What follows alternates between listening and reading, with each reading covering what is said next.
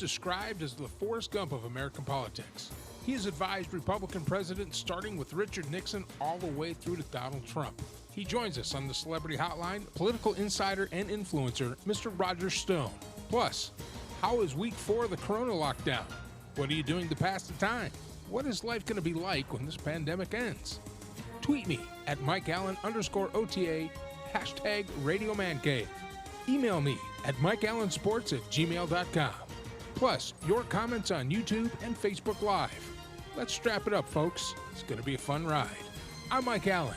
This is the Radio Man Cave, and you are on the air.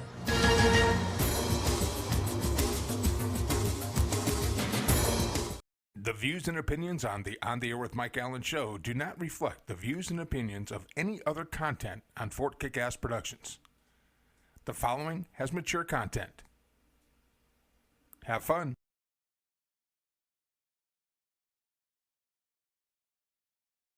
Call, and he'll be joining.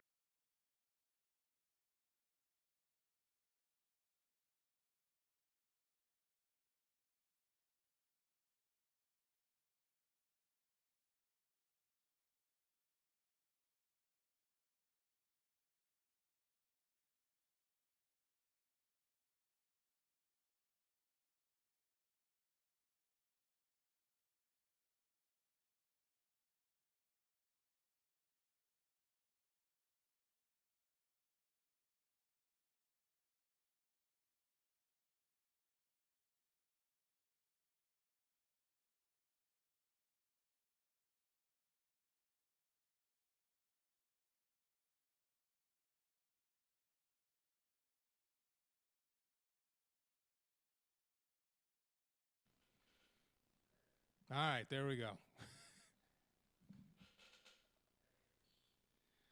So joining us now live.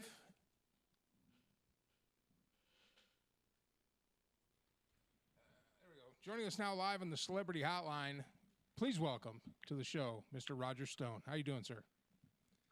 Gentlemen, great to be with you. And like somebody on the show said, you are the Forrest Gump of American politics from about 1960 to today. Well, that's very kind. You know, when I was a child, I wanted to be an actor.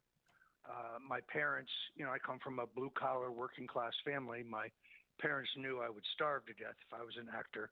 They wanted me to take up a trade, be a plumber or an electrician, maybe a drywall man. But then one of my next-door neighbors gave me a copy of the book Conscience of a Conservative by Barry Goldwater. And that really transformed my life. I knew immediately what I wanted to do, and that was to be in politics, not as a candidate, but as a mechanic, as someone who devised strategies to get candidates and causes I believe in to win at the polls. And then I realized, of course, that politics is really show business for ugly people, and acting and politics have a great deal in common. So now you started out with the Nixon campaign back when you were still in college. You actually took time off from college to go work with Richard Nixon. But there was a story that you told that I was going to ask if you ever related that to the late president after you had become friends, about how you affected a mock election in grade school between himself and John Kennedy. Actually, I never did have the opportunity to tell the former president of that. I'm not sure he would have understood. On the other hand, having spent many, many, many hours alone with Richard Nixon to talk politics, which fascinated him and which he had an encyclopedic knowledge, he was very forward-looking. He never looked back. It was very hard to get him to talk about Eisenhower or the kitchen debate or Jack Kennedy, the assassination of John Kennedy, Joe McCarthy, any of the important events in his life. He was very, very forward-looking. It was only after he had a couple of cocktails that he would become loquacious. The story you refer to is my first piece of political activism in the elementary school. I think it was in the second grade. My sisters were for Nixon, but I was for John Kennedy because John Kennedy had better hair than Nixon. That was my reasoning. Obviously, I did not yet have an ideology. That would come later. But I stood in the cafeteria line the day before a mock election in my elementary school. And as each kid came through with their lunch, I told them that, if Nixon is elected, there will be school on Saturdays. And the next day, even though I lived in a very Republican suburb of New York City, John F. Kennedy won the mock election in a shocking upset. This was my first experience with disinformation. Of course, I have never used it since that time. Never. Never. Now, you had made something. I used to be in law enforcement, and a comment you made is that one of the greatest mistakes Nixon made was the war on drugs, and I will have to agree with you on that because I was an active participant in the war on drugs almost 35 years later as a police officer here in Austin. What was the motivation behind that? What was the driving force? Let me ask you this. Where was the money flowing to get that going? Well, first of all, I think it's important to understand that Nixon and his advisors just believed incorrectly that the way to handle drug abuse was as a criminal justice issue rather than a public health issue.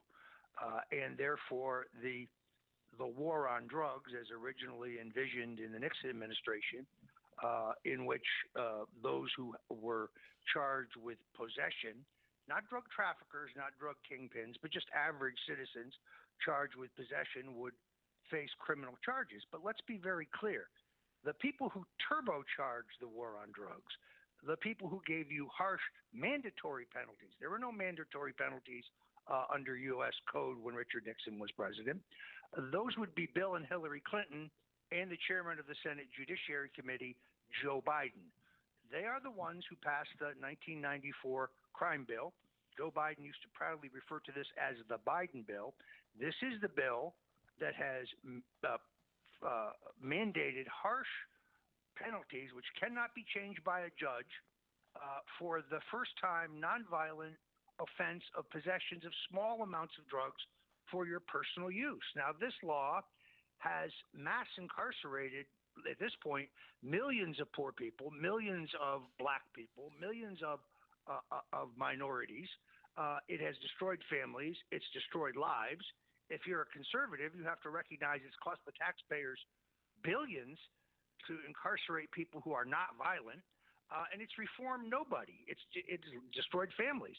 So I think it is among Nixon's greatest mistake. He gets the ball running, but we should never lose sight of the fact that not only did the Clintons and Joe Biden give us the mess we have today, making these penalties mandatory, but Barack Obama had 8 years to do something about it, and he did nothing.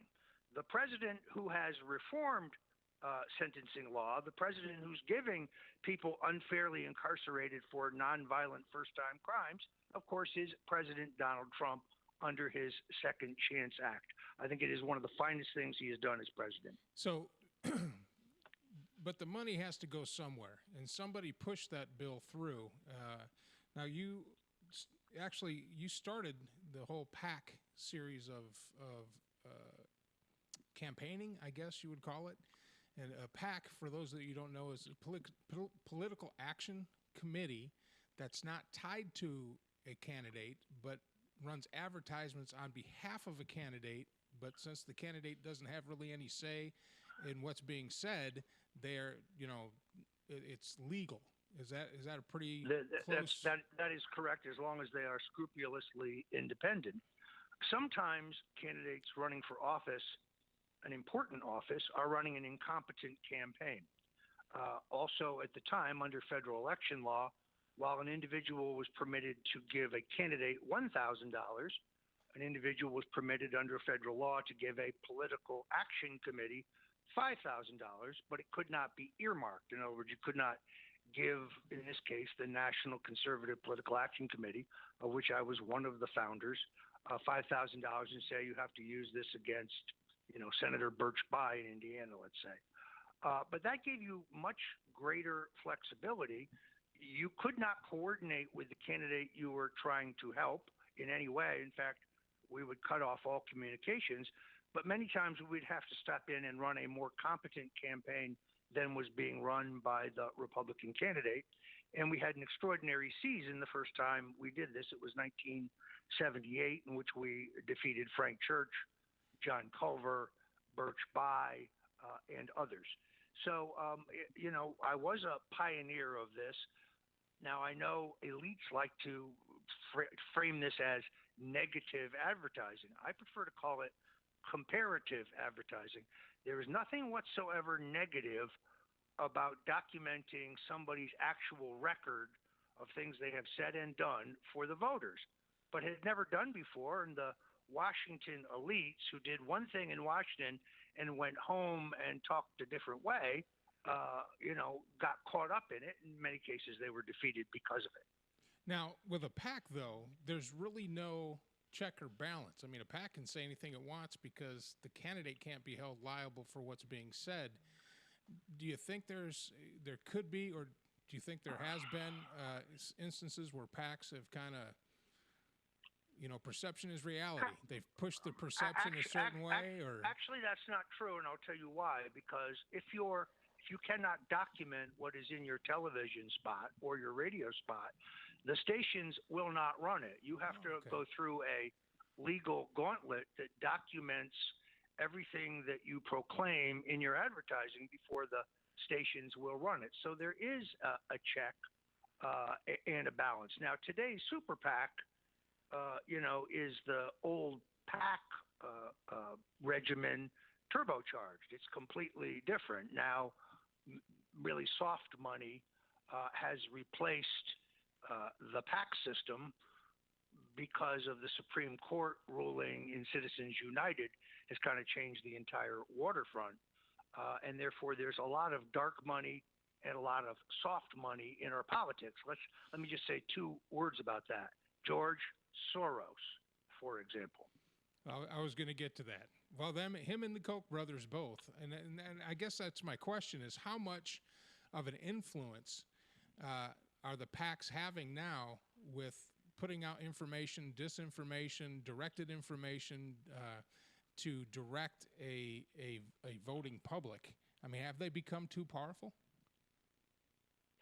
Well, the Kochs have been notably unsuccessful. When you consider how much money they have spent, and then you try to look at their win-loss record, they have really not achieved much other than getting badly beaten just about everywhere.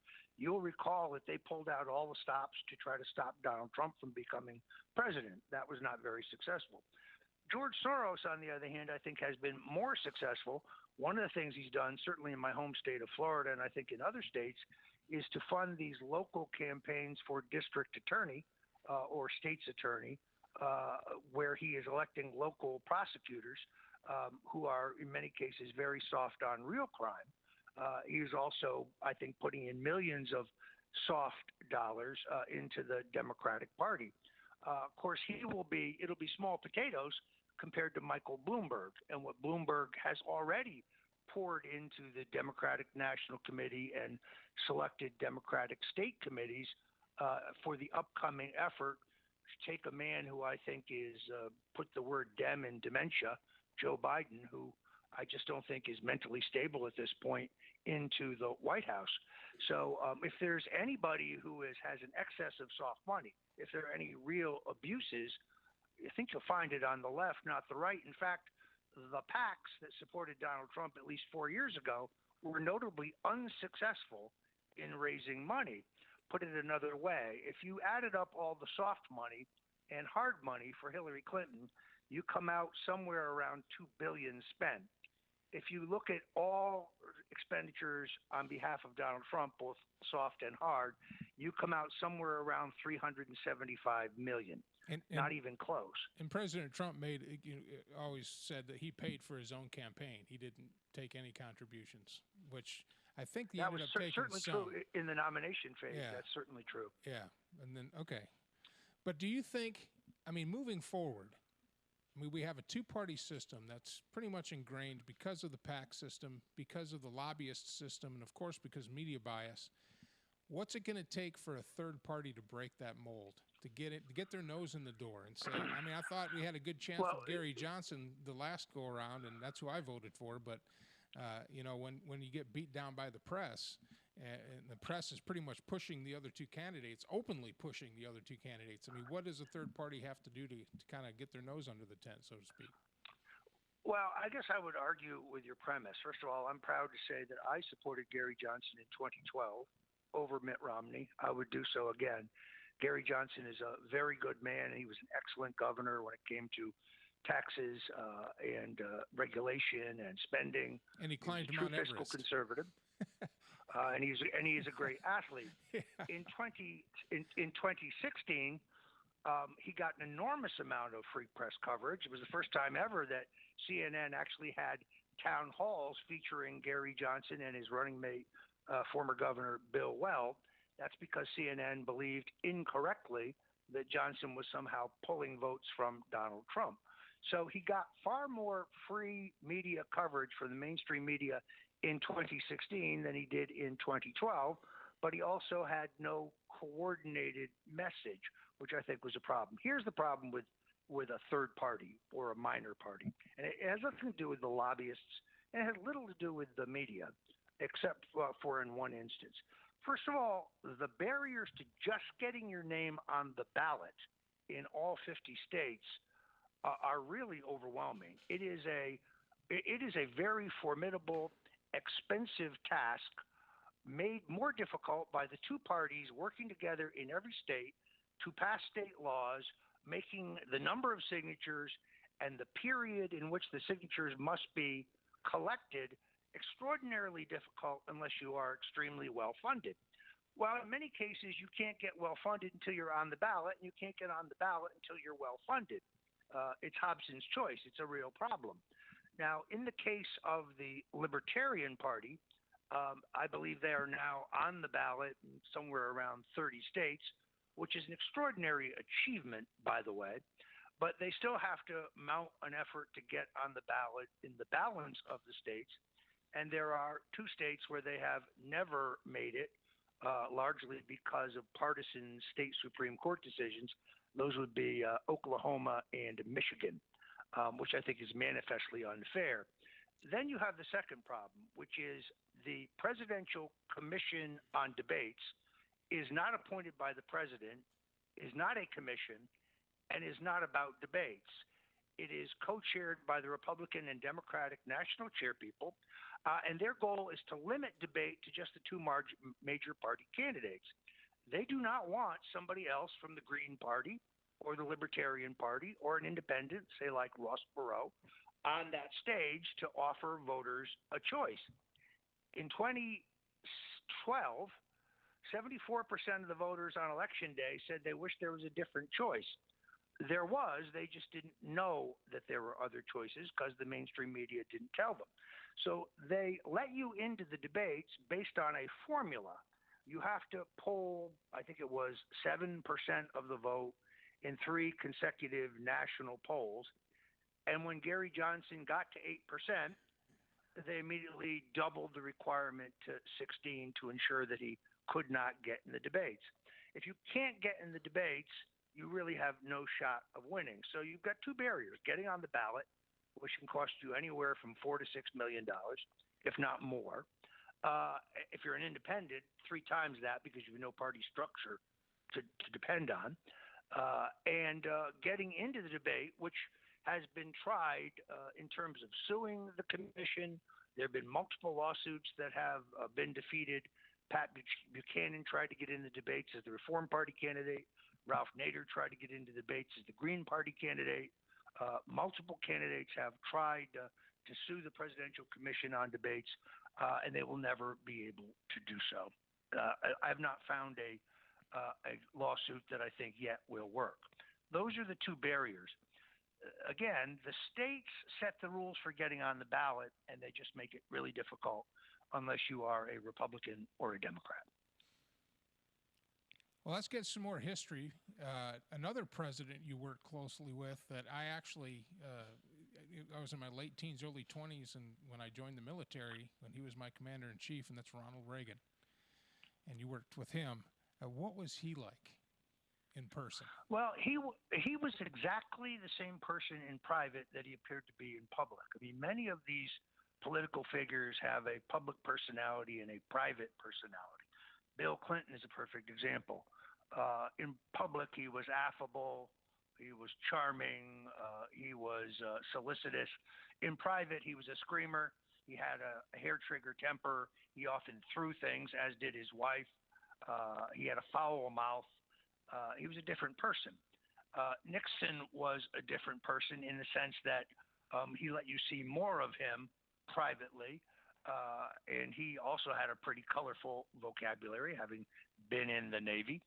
But Reagan was the same person privately as he was publicly, meaning genial, easygoing, sunny disposition, very optimistic, deeply religious, deeply patriotic. There was only one Ronald Reagan. That was the one that you saw on television or you saw at a campaign event. There was only one time I worked for him through three presidential campaigns: 1976, 1980, and 1984. And in that entire time, having spent a lot of time with him on small airplanes, there was only one time he got angry at me over something that I had done, and he chewed me out. And then it lifted. Then it was gone. He is not a man who held a grudge or that harbored anger. And within a few minutes, I was back in his good graces. But he was enormously even-tempered. But he was also very, very stubborn. This is something that he has in common with Trump. When they set their mind to something, when they believe in something deeply, nothing will change their goals or their mind. It was like Reagan's disposition towards communism. Dozens of advisors told him he could not go to the Berlin Wall and say, "Mr. Gorbachev, tear down this wall." Everybody in the diplomatic corps told me he didn't do it. He couldn't do it. All the people on his own national security staff told him he couldn't do it. But Reagan came to politics as an anti-communist. He fervently believed that they were the evil empire, and he saw an opportunity, and he took it. So it was with taxes. They could never get him to break his tax pledge, although many times they would try to solve the deficit. So Reagan, like Trump, is a big picture man. He's not a guy for the small details in the weeds, but he knows what he believes, and he will not be pushed beyond what he believes. Now, he had something happen during his presidency that has been of something of legend, and that's the Iran-Contra scandal.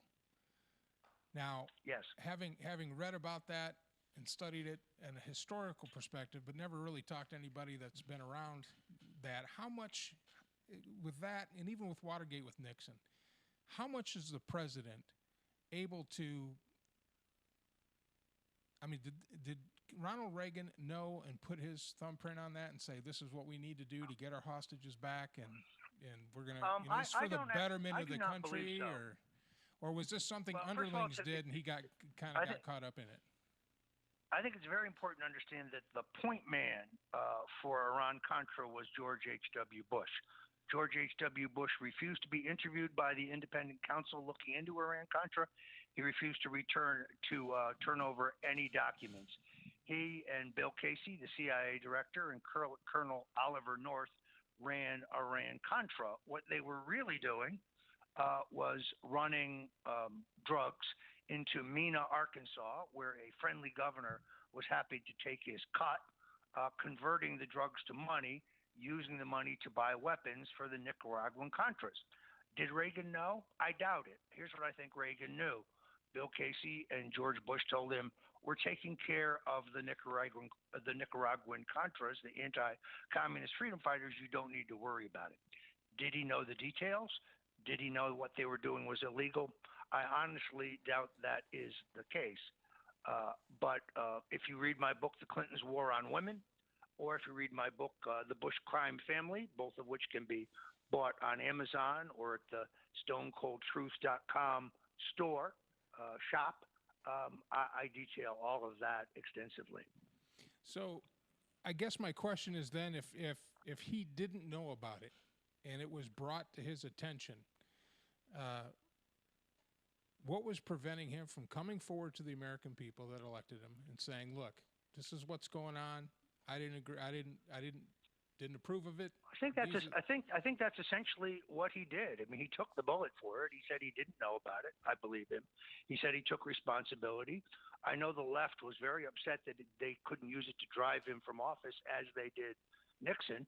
I'd have to say Watergate pales in comparison to the scandals that we have seen under Barack Obama, where the government was used to launch surveillance against a party and a presidential candidate rather than a private enterprise that completely failed. So if you look back at the so-called crimes of Watergate, which were used to remove Nixon, Nixon's real sin was that he was for peace. He ended the war in Vietnam. He reached a arms limitation agreement with the Soviets, and he opened the door to China. These things were adamantly opposed by the intelligence services and by the Pentagon. So Richard Nixon, who was alleged to be the greatest hardliner, the greatest war hawk in history, who had built his career on anti-communism, was for peace. Good God, we've got to get rid of him. The CIA's involvement in Watergate is very deep. They basically found out about this rogue operation to break into the DNC. They infiltrated it. They botched it badly. But the man running the show, the man who formulated, funded, and ran the cover-up, of course, was John Dean. I would advise you to look in my book, Tricky Dick, The Rise and Fall and Rise of Richard M. Nixon, or my book, Nixon's Secret. I document all of that pretty extensively. Now, kind of a side question of this, the Nixon in Watergate, I was alive then too, but I had no idea what was going on because I was in grade school, and I wasn't, I wasn't worried about politics or anything. I was worried about what to do for recess. But I remember reading about it later. I remember when he resigned because it was all over the news. But do you think that was the point that kind of the aura of the news and the respect that the news had for the sitting president, that was kind of the end of that and the beginning of what we have now in the press, where they are more of a manipulation device based on an ideology? And depending on the ideology, that's who they're going to back up. Well, here's the substantial difference. In 1974, you had 3 television networks, no cable news networks, a handful of very influential news magazines like Newsweek and Time, and really no national newspapers, some powerful regional newspapers, because there was no internet, which is why Nixon could not survive. There was no platform from which he could launch a counterattack or even rebut the charges against him. So once the mainstream media, who never particularly liked him anyway, and resented his election in a 3-way race in 1968, turned against him with full force, it was only a matter of time. That is not to say that he did not handle it well, because he didn't handle it well. First of all, let's start at the beginning. What would be the purpose of breaking into the Watergate when you are leading in 49 state polls and you're headed to the greatest landslide in American history? That's what could possibly be in the Watergate that would be of interest to you or of value to you? And that's why I'm convinced Nixon, who was a very practical politician, did not know about the break-in in advance, and there's no evidence to the contrary. Well, wasn't it on the Nixon tapes that he did know about it? No, actually, it has never been alleged by anyone other than Jeb Stuart Magruder, who changes his mind just before he dies and says that Nixon did know. No one has alleged that Nixon knew. Nixon learned about it after the fact, and there's his mistake. He helps plot the cover-up with John Dean leading him down a primrose path. But for 14 months, John Dean lies to Nixon and says no one in the White House had knowledge of the break-in in advance. That turns out not to be true. So there's never been any allegation outside of Magruder, who I think is not credible, that Nixon knew about it in advance. He was an enormously practical politician. What could be of value inside the Watergate complex of the DNC that you would need to win the election? The answer is nothing. Anybody who's been in politics knows the action is at the candidate's headquarters, in this case McGovern, not the DNC. So the whole thing has a lack of logic. I recommend the book Silent Coup by Len Kolodny as the single best historical record of what really happened in Watergate. One of the things that has never come to the fore was that the Joint Chiefs had an active military operation spying on Nixon inside the White House and stealing top secret documents regarding his discussions with both Russia and China, and that Nixon learned about this but fired no one. Now, Woodward and Bernstein knew all of that, but you notice it was never reported in the Washington Post. That is an extraordinary scandal. So how much authority does the president have? He's got Joint Chiefs of Staff spying on him. He's got people making arms deals and drug deals behind their back to sell to the Contras. I mean, it sounds like the president. I don't know. Once you become president, are you so insulated from that? I don't think so. I think that it depends on whether you have a mass media that will hold you accountable. I mean, we know that Barack Obama and his attorney general ran guns in Fast and Furious, but no media outlet would hold them accountable. We know that Eric Holder, the attorney general, stonewalled the Congress, refused to turn over anything or to be interviewed or testify against the gun running operation. We know that U.S. Treasury agents died in that operation. The same is true of Benghazi. If you believe the 4 men who died in Benghazi died because somebody showed a video in Turkey that offended Islam, where, by the way, very few people have the internet, that's an absurd response. And today we know differently. Or that Hillary Clinton destroyed 33,000 emails that were under a congressional subpoena, but is yet to pay any price for that. So if the mainstream media, if the corporate media will not hold you responsible, then I guess the answer is the president can get away with a lot. If, however, you are Donald Trump and you cured cancer tomorrow, the headline in the Washington Post would be, Trump puts doctors out of work. Now, let's move on to some other things I want to talk to you about. This current the current pandemic we're going through right now. I try to look at physical evidence. I try to find physical evidence. I try to stay away from mainstream media, to be honest with you. I mean, I do watch it now just to kind of get, and I try to pepper it with both sides. So I watch a little Fox News and then maybe throw some MSNBC in there to try to get as much facts out as I can, and then go do my research when I have time. But is this being overblown, in your opinion? Or is this a legitimate pandemic threat that we need I mean, our economy's tanking. It's going to come back. I mean, I'm not worried about that. But at this point in time, there's a lot of conspiracy theories out there, and one of them is revolving around a mass global incarceration of a group of people that are tied in through the upper echelons of government, and we know this through Pizzagate of a couple years ago. So what's going on? But there are a lot of competing conspiracy theorists. Look, a lot of people would tell you that I'm a conspiracy theorist because I do not believe that Lee Harvey Oswald killed John Kennedy and acted alone, for example. And I've written a book on it. But I'm really a conspiracy realist. Like you, I try to go where the facts lead me. And a couple things I think are relatively clear. The role of Bill Gates here is very spooky. It is very clear that this virus was made in a lab. It was not naturally occurring. The Red Chinese are bad actors. They either release this purposely or accidentally, but they haven't been honest about what it is they have done. Suddenly, Bill Gates pops up, having run a pandemic drill sometime several years ago, having predicted a pandemic, just coincidentally having the patent on a vaccine. That I find that very strange. The idea of mandatory vaccinations is really repugnant to me. The idea that they're talking about microchipping people so they know who has and has not been affected is even more offensive. And then when you look at the raw numbers of those affected and compare them to the swine flu, they don't come anywhere close.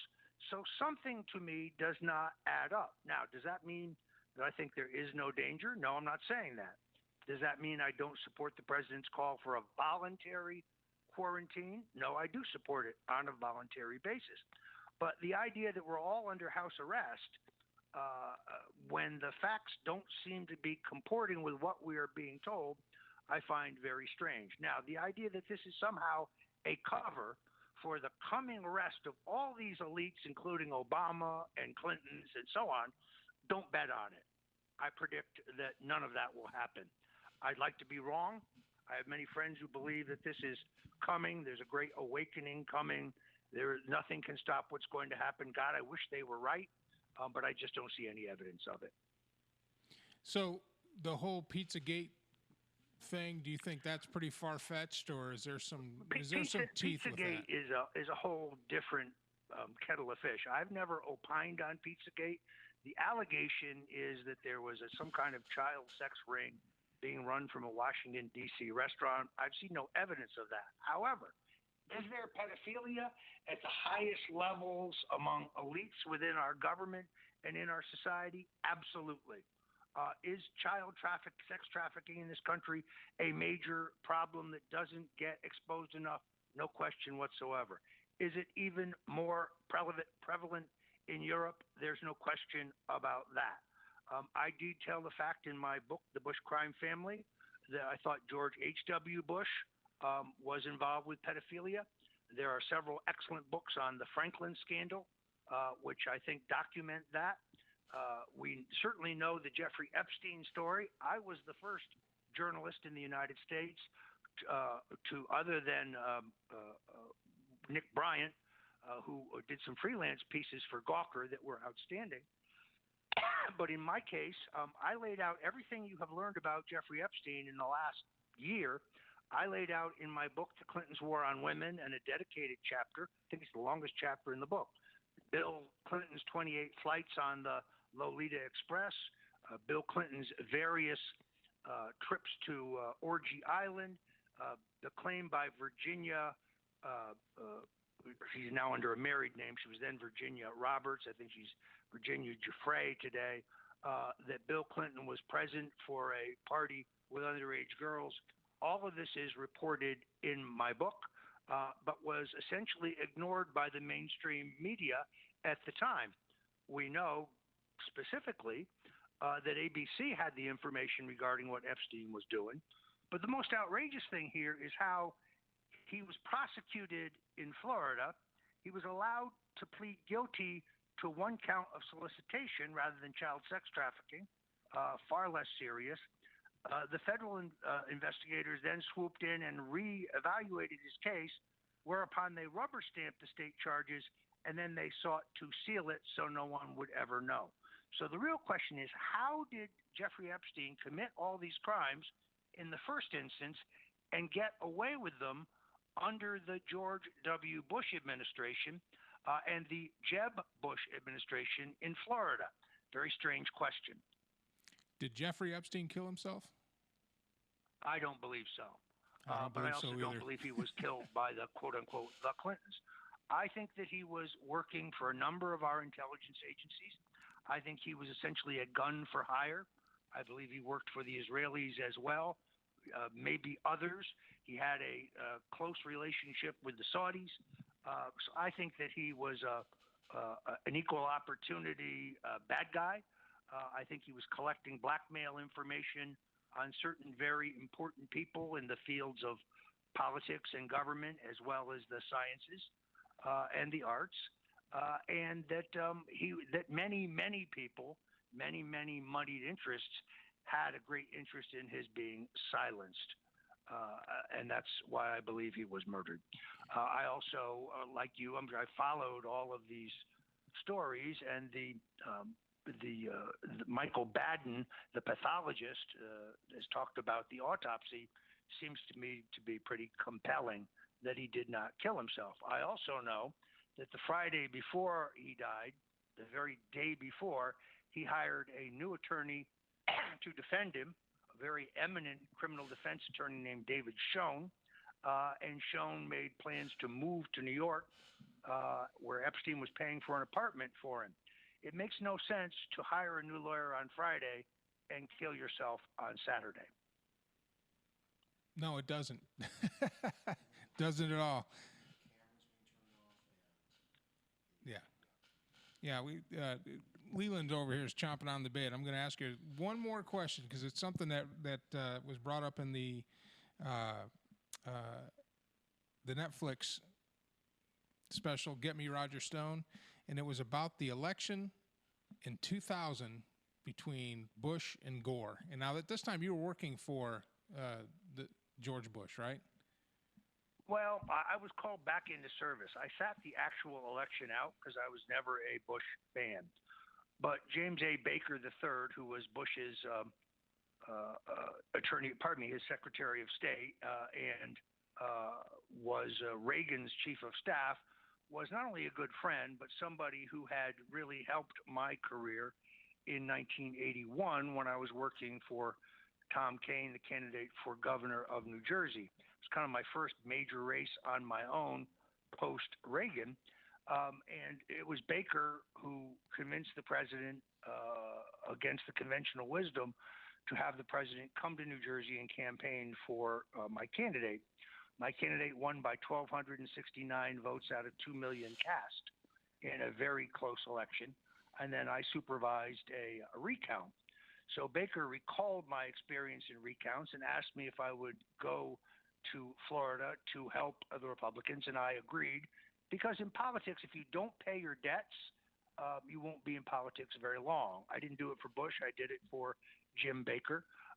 And the truth of it is, when the Democrats in Miami-Dade were attempting to recount the same ballots that had already been counted 3 times, seeking to essentially create new ballots for Al Gore. Oh, this voter meant to vote for Gore.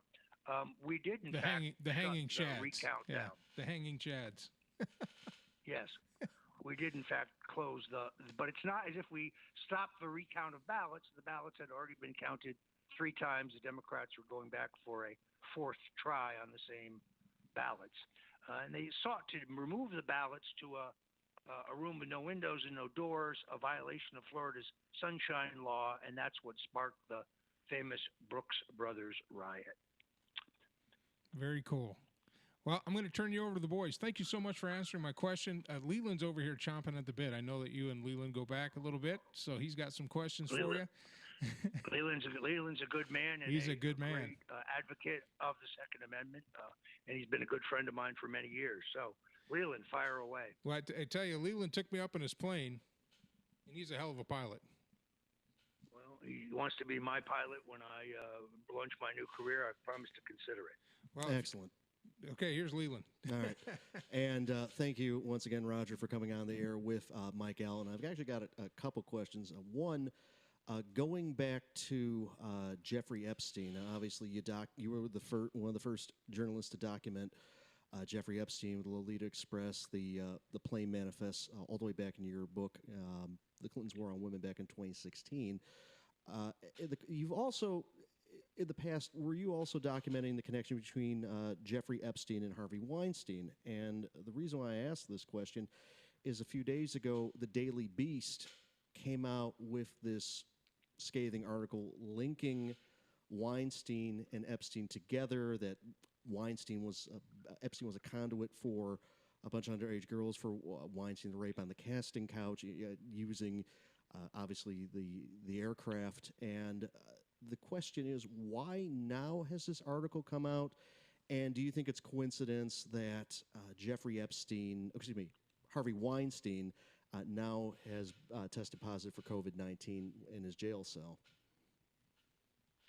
Well, first of all, I did, it's not in my book, but I did write several columns about the Weinstein-Epstein connection at stonecoldtruth.com. So I was aware of this connection. I will say that the Daily Beast, which is usually inaccurate about virtually everything they write, did have a bit more detail in their story than I was able to get through my research at the time. But Epstein did an extraordinary job of sucking up to elites. I mean, Bill Gates, for example, is one who visited Epstein's erotic island. The Clintons, George Mitchell, the Senate Majority Leader, Bill Richardson, the former senator and governor of New Mexico, and ambassador, but just as examples. So it is not surprising that the media has discovered Jeffrey Epstein when, in the first instance, after he got a 15-month sentence for all of his crimes and was not sent to a state penitentiary in Florida as required by law, but was allowed to serve his sentence in the new air-conditioned wing of the Palm Beach County Jail, where he only had to be in jail from 11 at night till 6 in the morning. Otherwise, he was free to travel. He was using sheriff's deputies as his personal security detail during the day. Why the media had no interest in that at the time. Alex Acosta, later Trump's labor secretary, was the U.S. attorney who gave Epstein a pass when he was asked in his Senate confirmation hearing preparation about whether Epstein's record would be a problem for him. He said, no, he works for the intelligence services. So I believe Acosta was essentially just doing as he was told by a higher order when he was the U.S. attorney. I also believe Donald Trump had no idea when he appointed Acosta who he would. It had been argued that he needed a Hispanic American in the cabinet. Acosta had a distinguished record. He had no idea that Acosta was the prosecutor who gave Epstein a pass. I think that information was withheld from him. But why didn't the media cover any of that at the time? Why has Epstein only become a story in the last year? The answer is because of one crusading reporter at the Miami Herald, a woman named Brown, who refused to give up on this story and just kept banging away until she broke it open again. She deserves enormous credit for that, or Jeffrey Epstein would still be out molesting underage girls. And the weekend that Epstein died, it's been widely reported that the surveillance cameras in the federal holding facility were turned off, that there was lapses in the guard watches, and it's just highly suspect, especially since he supposedly tried to hang himself a couple weeks earlier. Don't you think he would be under, if he really was a suicide risk, don't you think he would be under extra watch, and the fact that they took him off? And so obviously they wanted to eliminate. Very odd. First of all, why did they put him in a cell with a convicted murderer who happens to also be a hot-tempered bodybuilder to begin with? So the first instance in which he's alleged that he tried to kill himself, he told his lawyers he had been physically attacked by his cellmates. I know that because one of his lawyers told me that. Secondarily, the idea that the cameras were not functioning, the guards were asleep on duty, how incredibly coincidental. They clearly want these guards to take the fall. The real disappointment is in Attorney General Bill Barr. He said he was going to get to the bottom of it, but he's gotten to the bottom of nothing. And now when you read about it in the papers, it's just stated as a fact. Jeffrey Epstein, who committed suicide on such and such a date. I don't think the American people believe it. I think there is more to the story that we will probably never know.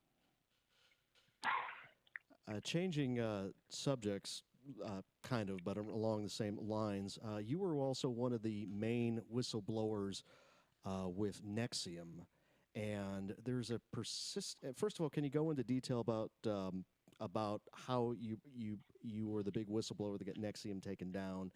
And there's also apparent rumor on the internet that the special forces exercise in downtown LA around this time last year was not just an exercise, but it was a biohazard team to go into a building that was owned by Nexium and Allison Mack and the Brofmans to remove biological agents from this building. Originally, this is what is being bounced around the internet. Originally, it was theorized to be anthrax, but now it's theorized to be COVID-19, and the intention was this building was to be demolished and release it into the atmosphere of Los Angeles. Is there any truth to that particular internet theory and how it would relate to what was going on with Nexium? Well, I worked for Nexium for approximately 30 days, and I saw no evidence during that time that they were a cult or that there was abuse of women, younger women. In fact, I didn't meet any or see any younger women.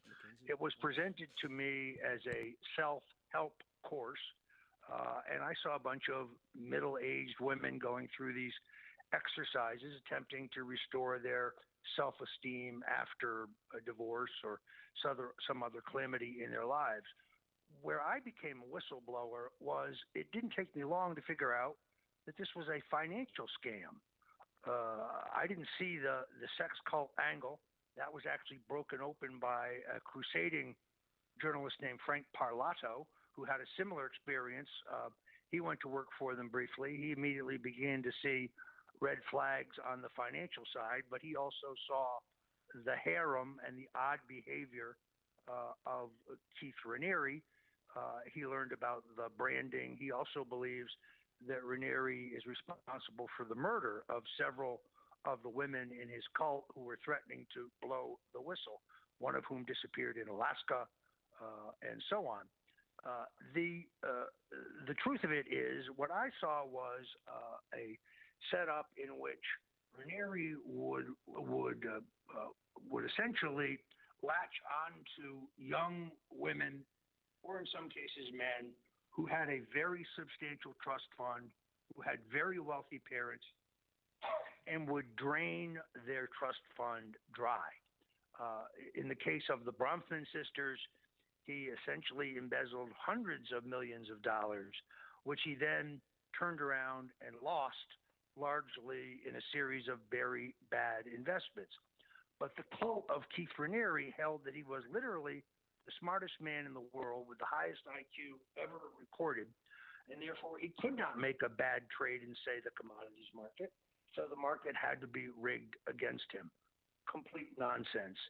I warned others that this was a financial scam. Frank Parlato broke open the sex cult aspects of it.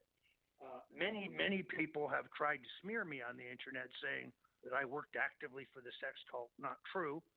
In fact, I played a major role in bringing them down. It is interesting and important. They were major financiers of Hillary Clinton. They were major financiers of Chuck Schumer. They were major financiers of Senator Gillibrand of New York. To my knowledge, they gave no money to Republicans.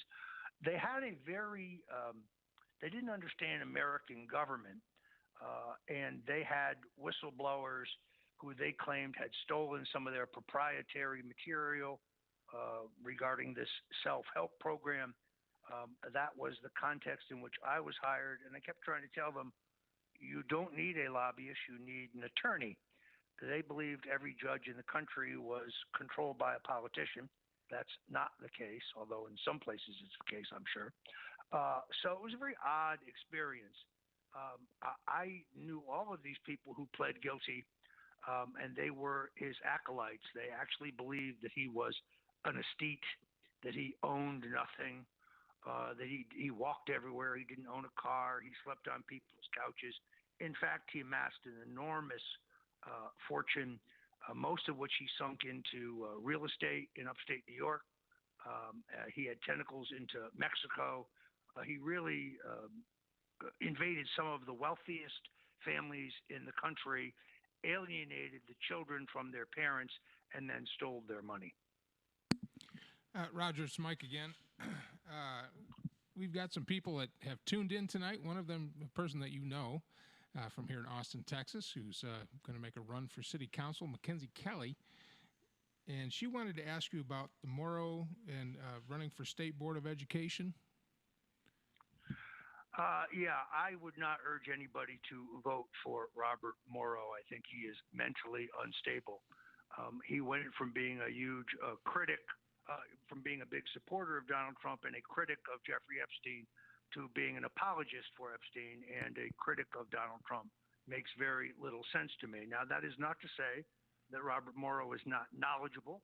His knowledge about Lyndon Baines Johnson, for example, is on the money. But I just don't see his candidacy as a serious candidacy. I have one more question, and thank you again so much for coming on. And I'll let this be the last word. And I so appreciate it. And when things calm down for you, if you ever make it back into Austin, Texas, all of us have to get together and tip some beers. Well, Austin is one of my favorite cities on the face of the earth. It's one of the great food and beer towns of all time. Of all time. And I really do hope they succeed in recalling the mayor and the commission, or the council, I guess it is, because you really do deserve better leadership. Oh yeah. So here's my question. Go. Moving forward, as you know, I get the sense, maybe it's just me, but it's been I notice on the chatter on the internet and everything that people are just kind of getting tired. They're getting tired of the leaders people that run for leadership positions, especially at the highest level, that seem more concerned about telling everybody what their opponent isn't doing and not enough about what they're going to do as a leader. And that's one of the things I liked about Gary Johnson. What's it going to take, and how much control does the public have over choosing our next president?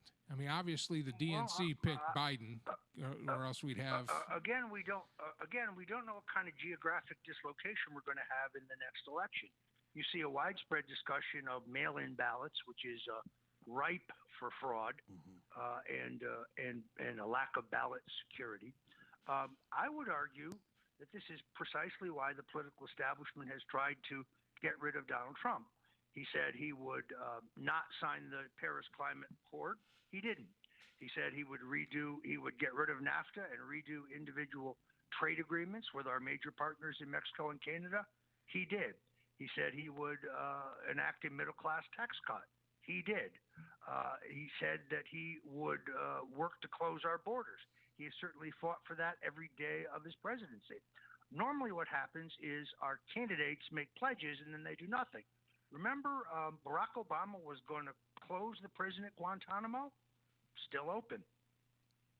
Barack Obama was going to withdraw our troops from Afghanistan and Iraq, but he didn't. Donald Trump has tried to do so, consistent with his campaign pledge.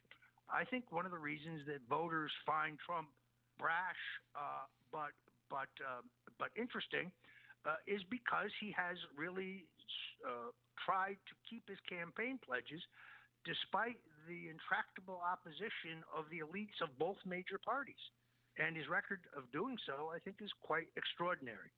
We don't know what the rules are going to be in the next election, so it's very hard. And in politics, prognostication is a giant problem in terms of our ability to see ahead. So any political pundit who tells you what's going to happen in 2020 doesn't know what they're talking about.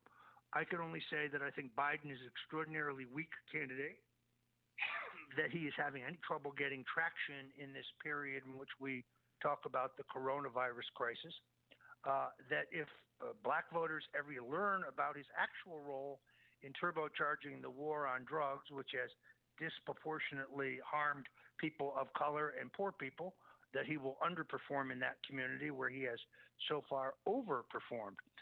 So the only thing predictable about Donald Trump is he is completely unpredictable. Yeah, that is for sure. Roger, thank you so much for coming on my show. I appreciate it. I feel like I've been able to have a conversation with history right now, and it was really cool. I appreciate it. Well, one of the things I am going to try to focus on is ultimately convincing the Trump presidency, the Trump administration, to win a pardon for Abraham Bolden. Abraham Bolden was one of the first African-American Secret Service agents. He was guarding President Kennedy on the day of his murder. He had this terrible problem of trying to tell the truth. He was submarined by the deep state and convicted of crimes he didn't really commit in order to silence him. And I really hope the president will consider a pardon for Abraham Bolden. This is one of the things I'm going to be working on. It has been great to be with you, gentlemen, particularly with my good friend Leland Freeman, and good luck to you and Godspeed. Hey, before you go, give us your website so people can come find out more about you and get some of your books. Well, you can go to stonecoldtruths.com to see some of the stuff that I've written and go to the shop there. I am, by court order, not allowed to post anything on the internet during this period, which is so the site is somewhat behind. If you want to support me in my legal fight, you can go to stonedefensefund.com because I have ongoing legal expenses. Many thanks, gentlemen, and have a great evening. Thank you, sir. All right. How cool was that? What a neat Leland, you're awesome, buddy. Thank you so much, That was Mike. amazing. That was amazing. Put us all on there. Get on your couch cam, Mike. Kick the. We got radar. We got cam? radar on the We cam. got radar cam. Got to have radar cam. You know that might be a thing. We'll just leave radar on there, guys. What do you think about that? That was pretty cool. Isn't that cool? She looks pretty happy. So Well, radar. Oh yeah. yeah, she looks pretty good. Now how about our guest? That's cool. It's just Roger is just absolutely amazing. It's like that just scratches the surface. I mean, when you get a chance to hang out with him, he could just go on, and he's just a living encyclopedia of history. It's just and an amazing friend to have. Well, I tell you, I hope we get him. I hope we get him into the man cave when we get this play. Those of you watching right now, this is not the finished product. This is like a halfway thing done. Of course, the whole world is upside down right now, so funds and everything else have kind of dried up. So we're in the middle of getting this space that we're sitting in now made into a performance space, so we can have live bands and stuff in here, and then getting the man cave, the actual old man cave, back set up as a control room and recording booth. So Bless you. don't mind the mess. Your flag is facing the wrong way too. Stars over the heart. That had to be facing Oh, Washington or some shit like that. No. Gotta be over your heart. Scared him for a minute. Did you see his face? He was But like, that- "Ooh." I know how to hang up a flag. Oh, that flag, by the way, if for those of you who can see it behind me, I don't know if you can see it, but if you can see it, somebody made a comment. It looks a little dirty. It is dirty. That's stained with the oil of Kuwait. It flew over my unit, the 2nd Battalion, 3rd Field Artillery, back in 1991. So I do not wash it, and I display it proudly because it flew over our unit over there, and kind of cool. Oh, and those of you watching now, get the radar cam. Yeah. She's probably more interesting than the rest of us at this point. So how's everybody doing with the lockdown, the social distancing? I'm doing an excellent job. Yeah. I watched Tiger King finally. I'm like halfway through it. I'm halfway through. I got through the whole thing, and What a train wreck! holy What crap! a train wreck Yeah. that goddamn show is, man. I'm pretty sure I didn't blink for like the first 3 episodes. I just didn't wanna Every be single involved. person on that show was a despicable person. Well, you know, it set white people back at least 1,000 years. I mean, good lord. It's pretty bad. I mean, it was kind of like being at a friend's backyard party and watching the friend's extended family have a fight, but you're not really in the fight, but you can't leave either, even though it's rude to watch. You know what I'm saying? Yeah. No, Carol's the worst. It's like a car accident, dude. You just can't look away. And That bitch, Carol Baskin. and for the record, I personally feel she killed her first Wait, husband. get on camera. Oh, she totally So- did. Oh man, that can't. Hey, her husband went through a tiger's GI tract. Let's just go. Yes. Let's go ahead and just throw that out there right now. Well, wasn't he like 40 years old or something? Oh Like yeah. He Yeah. was 40 yeah. years older than 40 years he was- older. Yeah, he was like 40 Yeah. years her senior when she met him. that? Yeah. Ditched his wife for a younger model. And So, they said that when she went and she took back the what was it, the report over, she like updated it to include disappearance in there in his will. She waited 5 years and 1 day. So it was 5 years before she could declare him dead. Yeah. But the whole series was basically just. It was almost like every time it went up, the scene would change. It would be "Hold my beer." It just kept going and going, and I go like, "You gotta be kidding! What else can they put in this thing?" Holy crap! It's It literally is a 7-episode train wreck. Where I had to kind of take a double take, and I don't know, Alex, if you've gotten to this episode yet. I've watched the whole series. Have you watched the whole thing? Yeah. When he had 2 straight guys, Oh, Yes. and he married. Well, they weren't straight after they got married, but you know what I'm saying? 2 guys that weren't. They called it a 3-ring circus. Yeah. And then the other guy had his show ladies. That part of being a show lady is you had to get your breasts enhanced, and he slept with all of them. It's Yeah, like, changed their holy names and cow. everything. What does this have to do with running a zoo? They both were polygamous. I know, it's crazy. It's absolutely crazy. And I learned you can.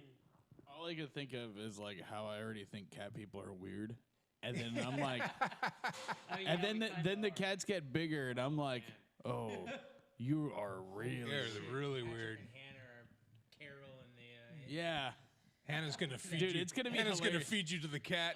yeah, I mean, if you think about it, when we get these, it's gonna be golden. these, checks in the mail, she's gonna get a $1,200 one. I'm gonna get a $1,200 one. I already told her. Yeah. I get a tiger for $2,000. I'm doing it. I mean, it's James, one of our listeners, says it happened in Oklahoma. What do you expect? Oh yeah, and the best part is Hannah's from Oklahoma, so she's the best part. she's not about she's all about murdering somebody. It's literally like. telling you. The only thing that's going to be left is a little circular Yeah, when you're- spot when you're being of eaten- bald head when- that she uses on her Yeah. refrigerator When as when a you're- dream catcher. We're gonna go back, and I'm gonna see his cat Quinn's gonna be like fatter than usual. I'll be like, "Oh, what happened to Patty?" She'll be like, "I don't know." Even OJ said that Carol. Even OJ said that? Carol killed her husband. He said Tiger Slambe or whatever it was called. But even OJ said. Hey, the experts Yeah, got away. the expert at killing your spouse. Yeah, I mean, in this situation, there is no glove that cannot fit. So like, that bitch did it. You know, I'm kind of digging the radar cam. I think we ought to. I think it's we a ought to good keep the idea. radar cam. That's what keeps the. That's what's going to keep us listeners. getting. That's what's going to keep us getting viewers, man. Is the radar dog cam, cams. the dog cam. Yeah, of course. This was a brilliant idea by me. So Roger Stone, I mean, what did you guys? I mean, he answered some good questions, Oh, Yeah, no, that was a good segment. That was good. It was Yeah. good to have him on. and I heard it was opened pretty my solid. eyes about some stuff. I was over in my like own little La La Land for a bit. It was cool. It was an honor and a privilege to have him on. It was. I mean, it was for him to take his time out to come on our little show. That's amazing. That's amazing. I can't wait to meet him in person because He's I'm a great. huge historian, and anytime you get to sit down with somebody, especially as open as he is and articulate as he is, and just pick his brain, and I know I've already gotten like when I was promoting this, I would get comments like, well, you must, support him, and he's this for the president and a crook and everything else. It's like, look, I don't know the man personally like Leland does, but that's a historical figure, and you can't shut out that kind of information just because of something that's going on now that you might not agree with or see in the press and stuff like that. And for him to take his time out to come on our show, when he's turning down offers, I'm sure, from CNN, MSNBC, and all those other ones, that was... he's got my respect. I kind of whatever he's done, I'm sure he'll pay the price if he needs to, or he'll get it exonerated if it happens, and that's that. Yeah. But it was awesome to have him on. He likes Hop Dotty. He also likes what's that pizza place that's in South Congress? That's on Home Slice. Home Slice. It's good pizza. Hopefully those places weather the storm, because just what's happening with this shutdown, it makes you wonder how many of these restaurants and bars are not going to be able to make it, because if you look at it, I don't see the county and the Yeah, 'cause city. their takeout. Yeah, their takeout wasn't. Yeah, I don't see the county and the city waiving the property tax requirements to the landlords. Well, you know who's really making a big run right now, just from a delivery standpoint, outside of HEB, which is killing it. Because right now, let me tell you real quick before I go on to that. If you live in Texas and you're not shopping at HEB, you're a communist. They don't have HEBs up in the Panhandle. then they need to North drive the Mexico. 100 to 200 miles it takes to Yeah. get to the closest town with an They're HEB. like, if you There is li- no excuse for freedom. if you live in North Texas, apparently get wrecked because you don't have HEB is what I'm hearing. They have 'Cause one central market in like South Dallas. Yeah, but it's still an HEB. But HEB, this is what HEB is doing for those of you who don't know. And I work for Favor, or I run for Favor, which is a delivery service here that I started with when Uber and Lyft left, who wasn't really doing anything for me after that happened. But they were bought by HEB. So I walk right in the door. I don't have to wait in that big, long, stupid line. I just flash my phone with the HEB with my run on it, and they wave me right in the front door. Nice. The elderly or people that are that can't leave their house right now, or don't want to leave their house, or shouldn't leave their house right now, they get free delivery. So they don't pay for. They just pay for their groceries. They don't pay for delivery. And Favor pays How old do you have to be to classify? as older than elderly? you. Okay. Older than you. Older than me. But anyway, every Elderly is not synonymous with lazy. exactly. Every Ouch. every Dick. order that goes to an elderly person is free. Yeah. Favor pays the runner $10 flat rate, plus we keep all the tips, and most of those folks are tipping $10, $15. Yeah, but you So that's $25 per run for the ones you have to go in and shop. Yeah. Now the ones I like are the fleet, because it's still $10. But all I have to do is pull up and type in a number and open my back door, and they load me up, and I go. But you know who I'm favoring and getting Uber Eats from? Local restaurants Yeah. Oh, for sure. and There's like a- McDonald's there's like a and thing McDonald's. on, like, Grubhub. I think Yeah. Grubhub was doing it. Yep. DoorDash. DoorDash. It's all like it's free delivery from Yeah. local restaurants. So Yeah, Home Slice is going to make it because they still have delivery, Yeah. and you can. Yeah. well then in Patty, the Fish City's got their workforce that's Yeah. doing Yeah, deliveries. yeah. Now you do Nothing Uber like Eats and picking up, like, a DoorDash bag of, too, like- right? Yeah, we Yeah. offer Uber Eats, DoorDash, and then we do. It should be Favor because Yeah. Favor's up in Georgetown. Be like, man, that sounds We do good. I offer- just want to make sure I have some crawfish delivered to my house. Like crawfish. That sounds pretty awesome. Just get like 10 pounds of crawfish. Well, I delivered to think your in house. like the last Okay, week folks, we alone, just- we did like over 1,100 pounds of crawfish just at our restaurant. We just had one of the greatest guests in the show's history, and now the show's tanking. So if you leave, it's okay. Oh my god. How's it taking? I know. Yeah. I'm think we're kidding. It's a doing joke. You're being I'm a dramatic. comedian. Bad. It's not funny. Is that funny? Yeah. It's a bad joke. That joke was bad. We're That important joke too. was bad. Yeah, that was terrible. I got the goddamn dog cam I up. got the dog cam, dude. how many comedy clubs? She's going to get more likes than the rest of us. How many comedy clubs are there in Austin? How many of them Oh don't my own their own God. dirt that they'll be victims You know, of this thing? Well, comedy club, there's only maybe one actual comedy club, and that's Cap City Comedy. The rest are theaters that do other things that host comedy, Like Esther's. like Esther's. Well, Esther's Folly has their show. Two. I'm sorry. There's two clubs. There's Cap City Comedy Club and the Velveeta Room. The Velvet Room next to Esther's. And the Velveeta Room is owned by Esther's, so they're one and the same. But you have like Hideout Theater has stand-up comedy, and they have different comedy nights. But it's not specifically stand-up comedy. They have a lot of improv comedy. They'll do sketch comedy. They have sketch comedy companies come in. Then you have. Then you have Kick Butt Coffee. Kick Butt Coffee. I've performed at Kick Butt Coffee on some open mics before. I used to buy their coffee all the time. That's not bad coffee. No, I know. It's usually like super quick and easy too. Yeah, and they're really cool in there. And, Yeah, and then we go to a place called Mr. Tramps, and they open up their stage at night for stand-up comedy, and that's up on 183. A place on Lavaca, or Possibly. it's Yeah. downtown. That's Hideout Theater. That's Hideout Theater. That's Hideout Theater. Yeah, I've performed there too. That's pretty cool, man. It's down in a basement, and it's Yeah. all real. It's Okay. intimate. And It's really Nice. cool. What's the one at the Alamo Draft House? Highball. Highball. Yeah, they do. And Yeah. Highball does stand up too. Yeah. Good resource to go. And let me look it up here real quick because they changed. Indeed.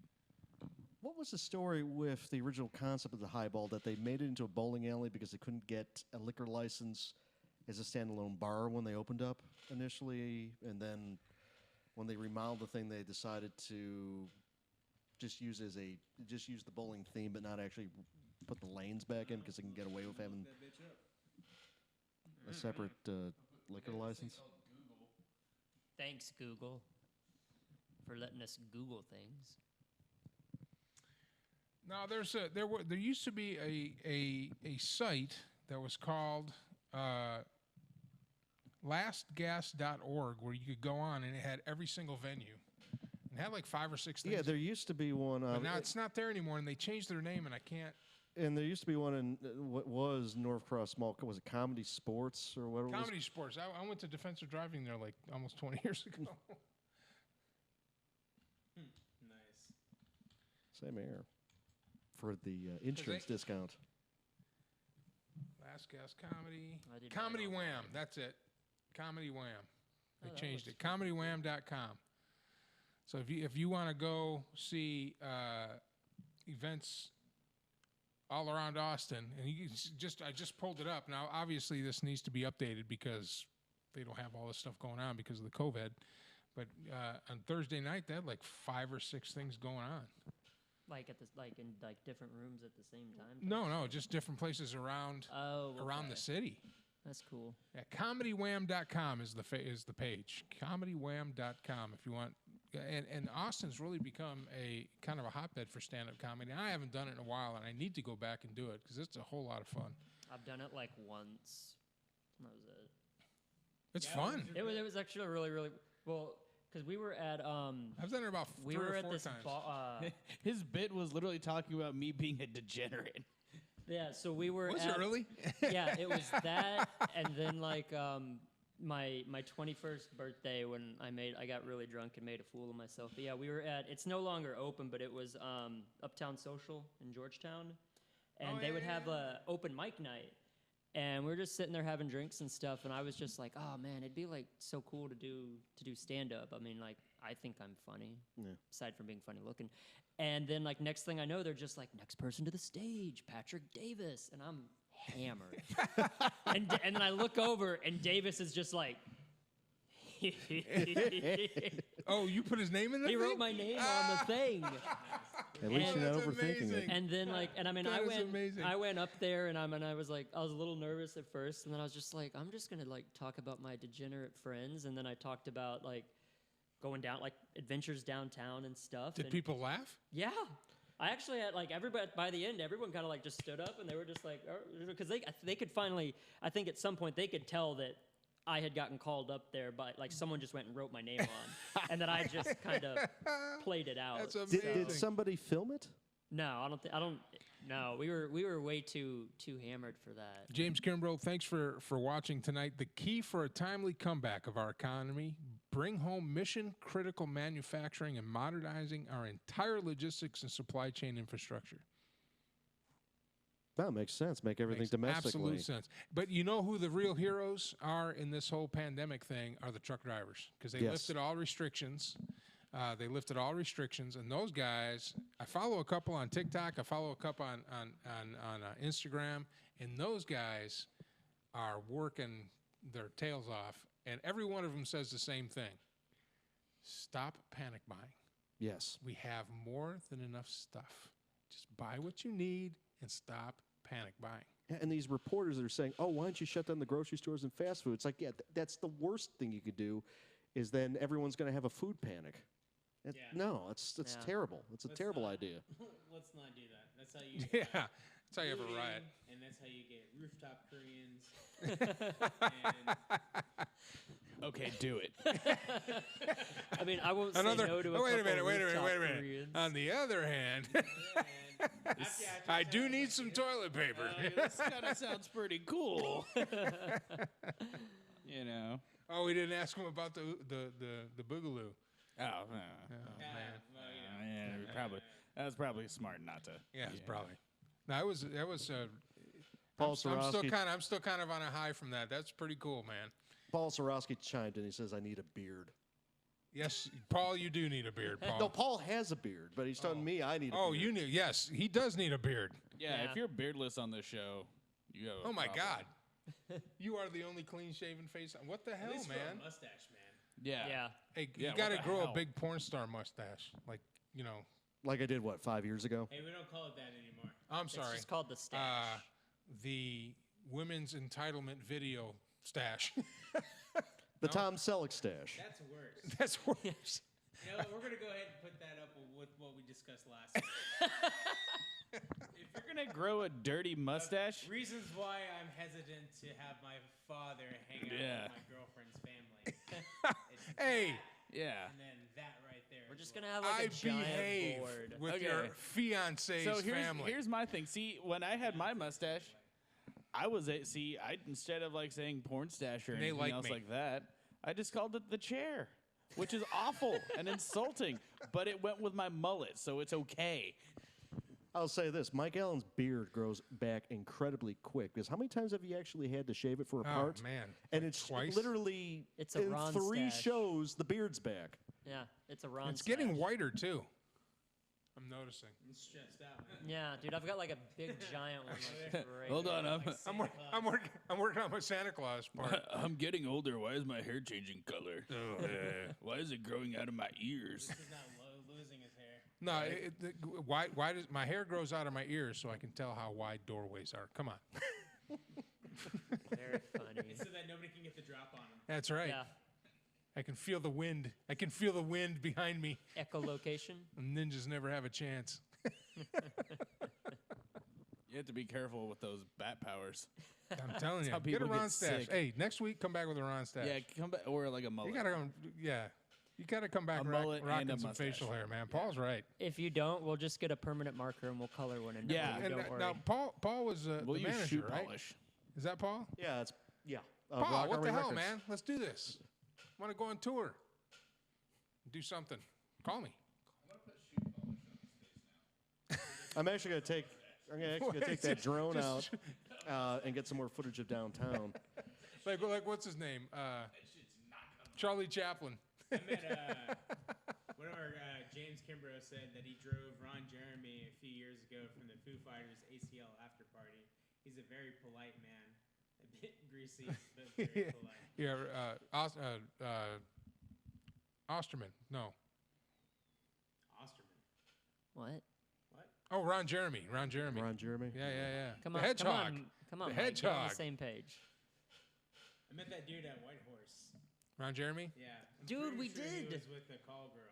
Yeah, Or we did. something. We did meet him. That was Or, pretty or, cool. or somebody who wanted to break into the business. He was he's very distant. And I was like, you know what, man, you're in a dive bar drinking in a corner. I'm not gonna mess with you or anything, but He was pretty cool. It's pretty freaking cool out here.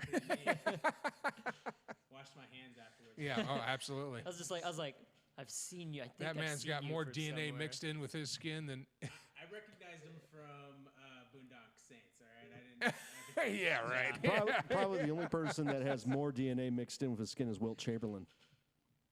Will Chambers. Oh, jeez. Who mathematically could not have bedded as many women as he said he did. Possibly not. Possibly not. Probable fact. I mean, that's a lot between basketball games. You know what I'm saying? Yeah.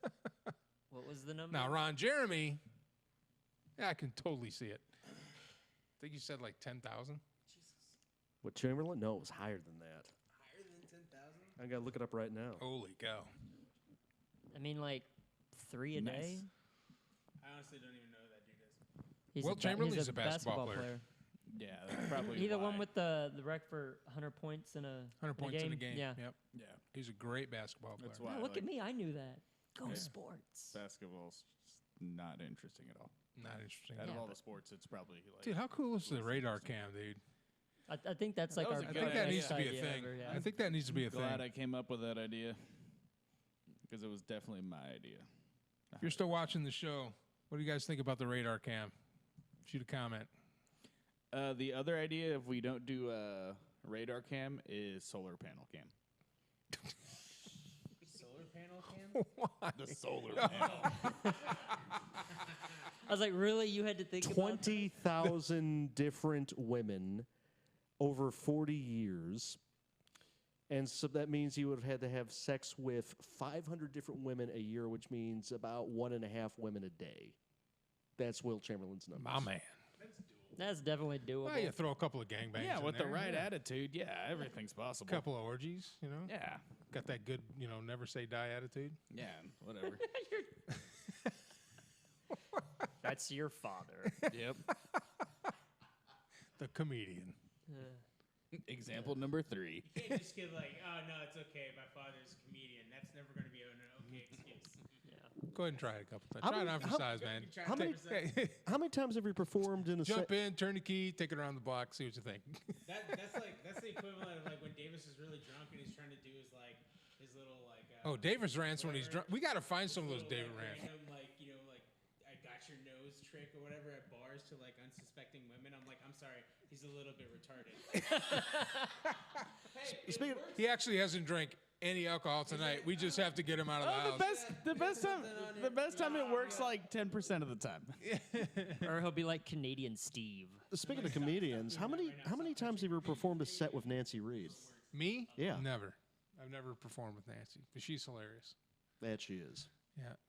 Most of the things I've done were just open mics. And I worked one show where I made $50. I did 2 shows, made $50 per show. Bet your jaw was sore. And what? Bet what? Sick burn. John O'Connell is also hilarious. He as said he bet your jaw was sore after those shows. And I'm the one that's got to Zing. govern what I'm saying. Yeah, because Yeah. what I said it was like another like low key. I had to think about it. And it was hilarious. Yeah. Yeah. You jumped in, turned the key, took it around the block. It felt good. Yeah. Kai Krebs was performing, and I introduced him and did a set between his set. And Wisnowski, the gal. Mike Wazowski. No, it was a gal. She's really funny. I see her at the open mics, but she was really good too. But both of them are doing well. So Will you stop staring at it? No. It's like the eye of Sauron. It's gazing back at me. you were just infatuated with this. And now, see, like he puts his hoodie on, and now he looks like E.T. All right, let's go around the room. Alex, what'd you learn tonight? Talking to the mic.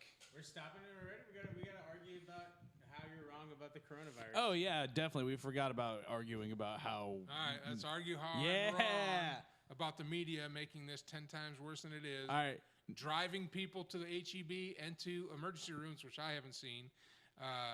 Exposing them to a group environment to help spread the virus. Let's talk about it. To help spread the virus. The interesting thing to think about is. So how am is I that- wrong? How am I wrong? Is the number spiking because we're actually testing people? And the fact is that probably most of the world population has been exposed months ago and is already passively immune.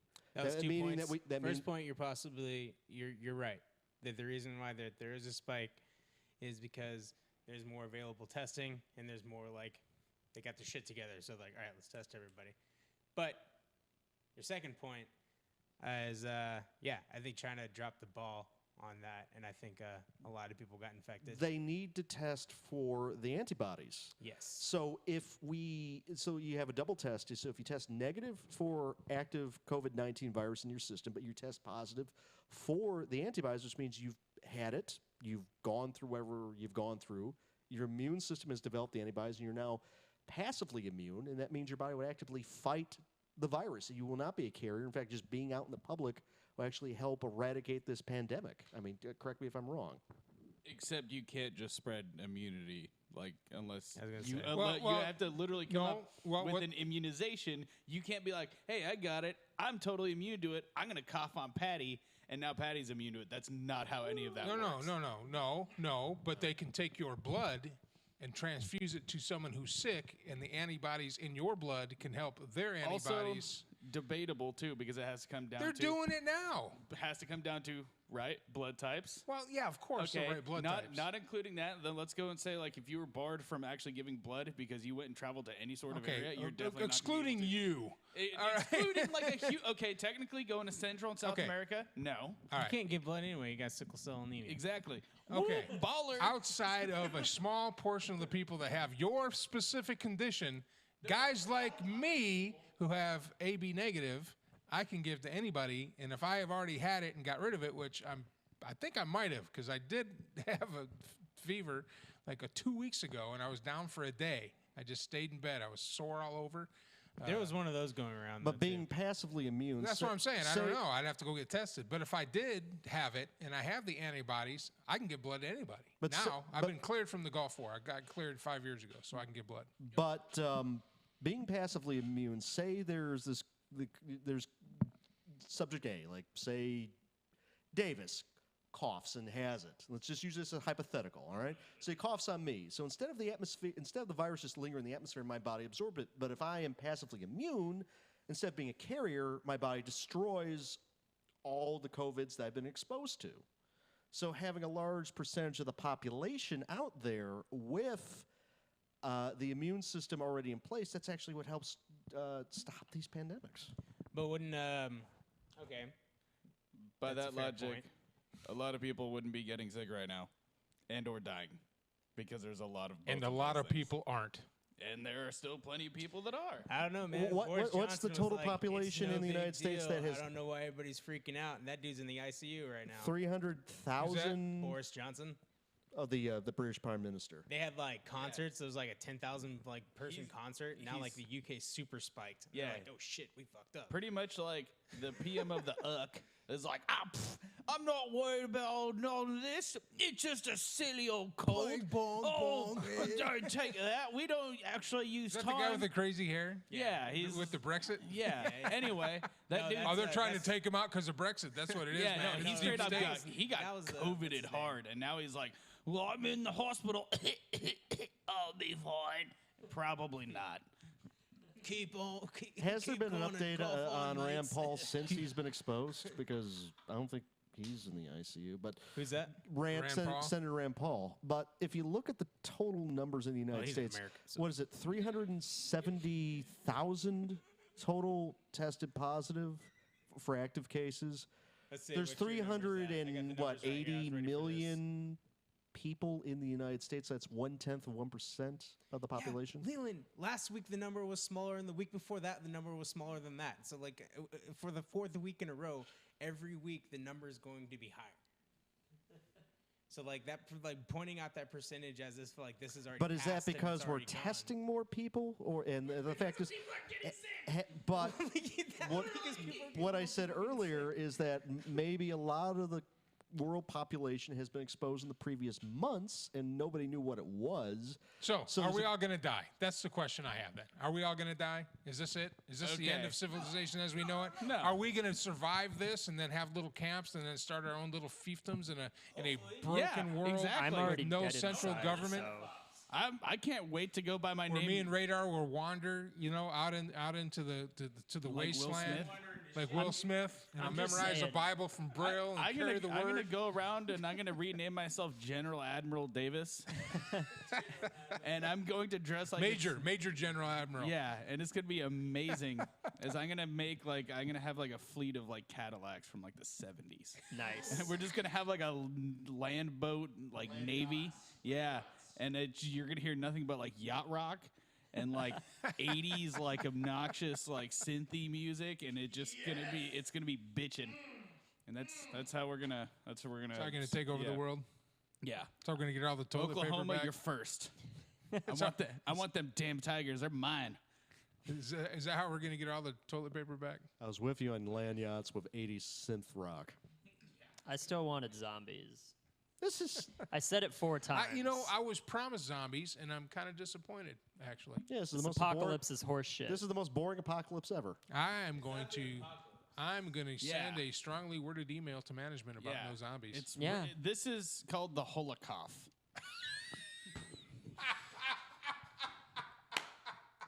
Oh man, there's one that's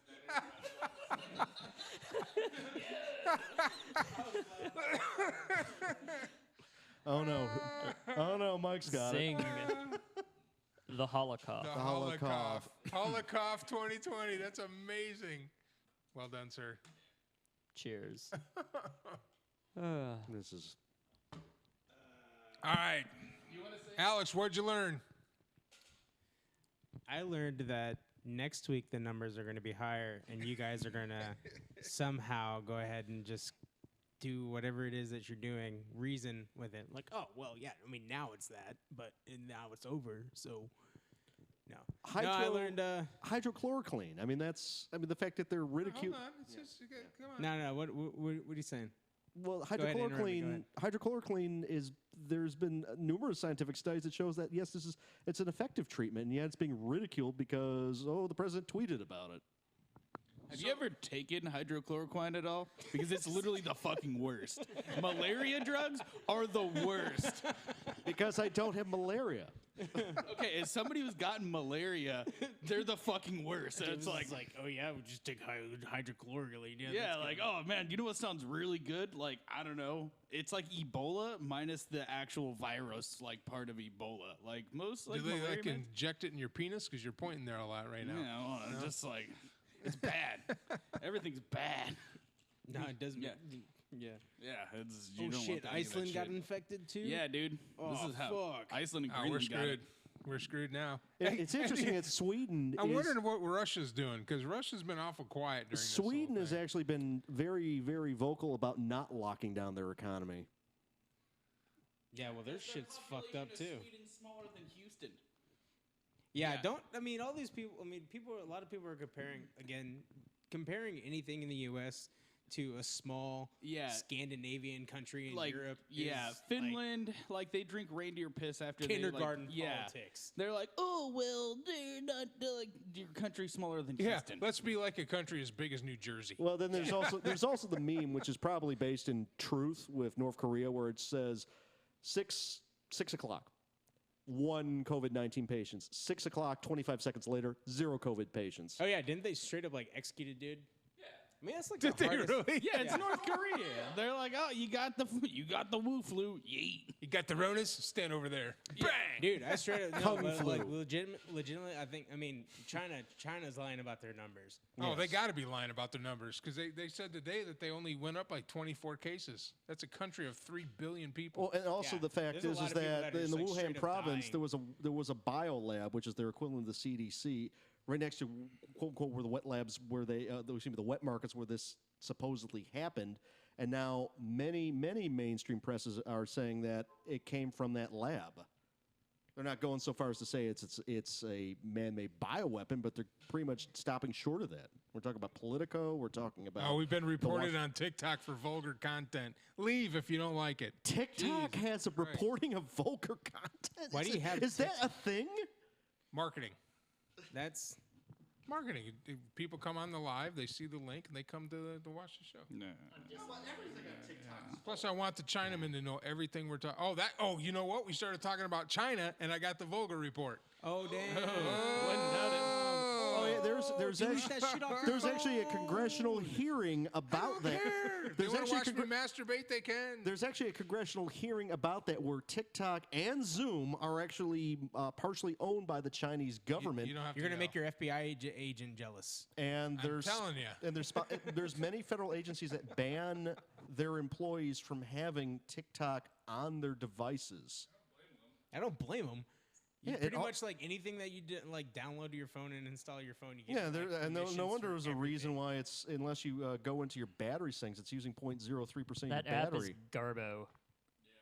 Just saying. TikTok. Yeah, exactly. Oh, got another warning. I'm going to get banned from live. Keep talking. Keep talking.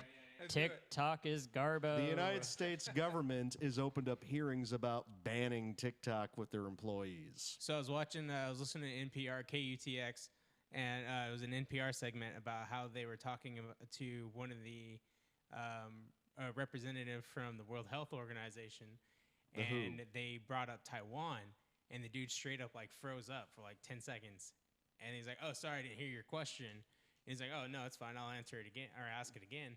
And then when the interviewer went to start asking the question, he's like, "No, it's fine. We'll skip the question." And then they asked him about Taiwan again, because I mean I don't know if anybody knows anything about Taiwan and China, and China's all like ass mad because Taiwan wants to pack up its bags and leave and be an independent Well, they were the woman who don't need no China. they were the Chinese, the non-Chinese, the non-communist Chinese government that was basically. That was Chiang Kai-shek. That's where he fled when he got beat by Mao. And for the longest time, the United States has "quote unquote" one China policy, where they don't recognize Taiwan separate from the mainland, and so that's why they're officially called Chinese Taipei. Russia's got 43.22 cases per 1 million people.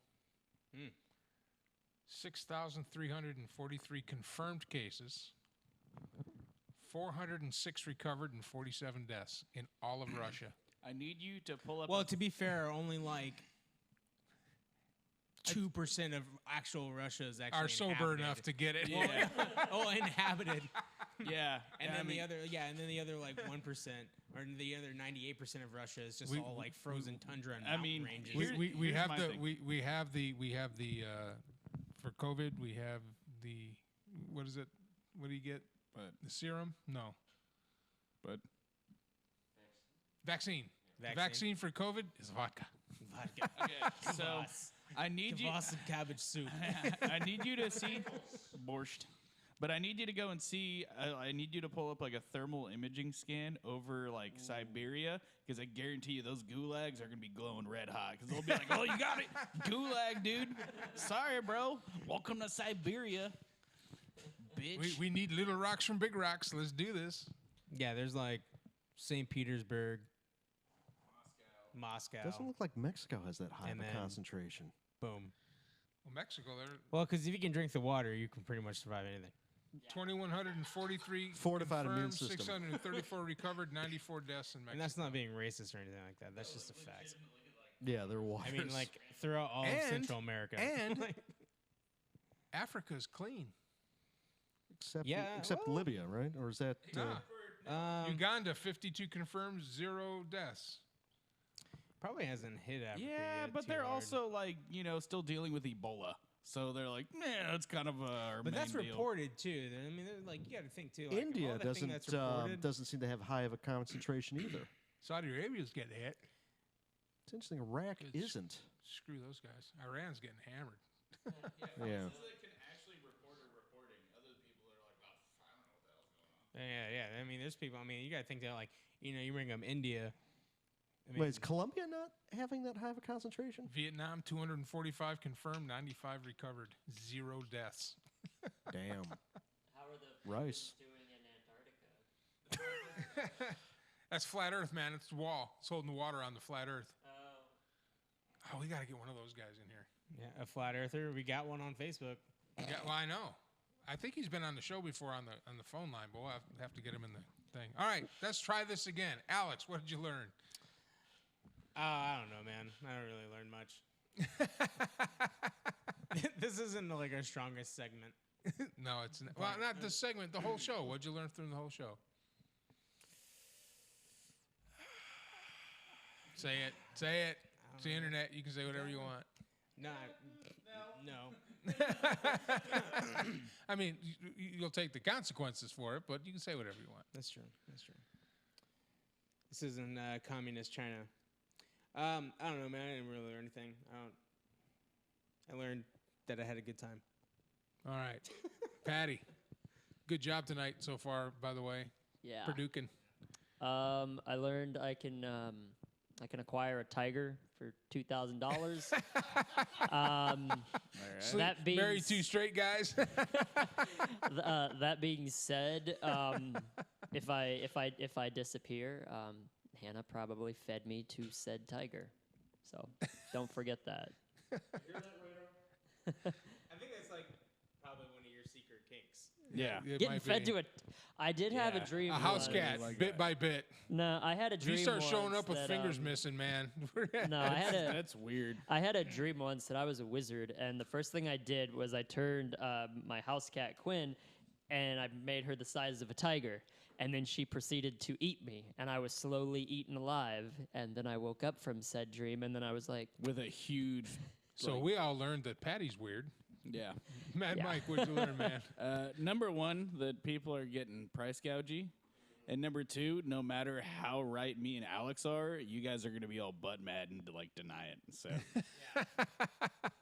right gang. What'd you learn? Every time Roger Stone opens up his mouth, I learn something new. It's a good guess. He is.